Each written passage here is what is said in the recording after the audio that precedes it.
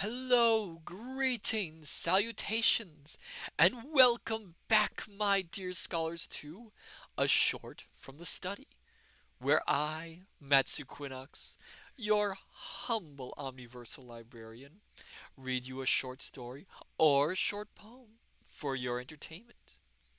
Tonight's episode is a classic tale from the Brothers Grimm entitled The Star Money. I hope you enjoy. There was once upon a time a little girl whose father and mother were dead, and she was so poor that she no longer had a room to live in, or bed to sleep in, and at last she had nothing else but the clothes she was wearing, and a little bit of bread in her hand, which some charitable soul had given her. She was good and pious, however, and as she was thus forsaken by all the world, she went forth into the open country, trusting in the good God. Then a poor man met her, who said, "Ah, give me something to eat, I am so hungry." She handed him the whole of her piece of bread and said, "May God bless you," and went onwards. Then came a child who moaned and said, "My head is so cold, give me something to cover it with." So she took off her hood and gave it to him. And when she had walked a little farther, she met another child who had no jacket, and was frozen with cold. Then she gave it her own.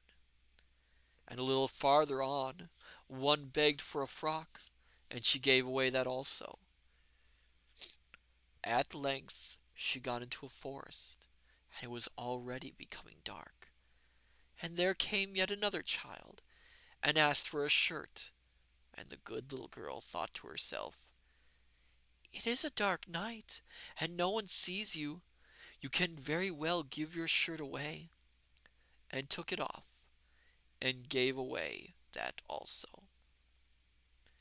And as she and as she so and as she so stood, and had not one single thing left, suddenly some stars from heaven fell down, and they were nothing else but hard, smooth pieces of money. And although she had just given her shirt away, she had a new one which was of the very finest linen.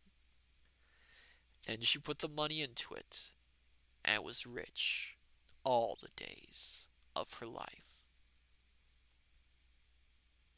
That was the Star Money, a fairy tale compiled by the brothers Grimm.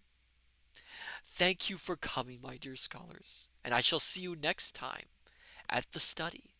Until then, farewell, take care, and bye bye.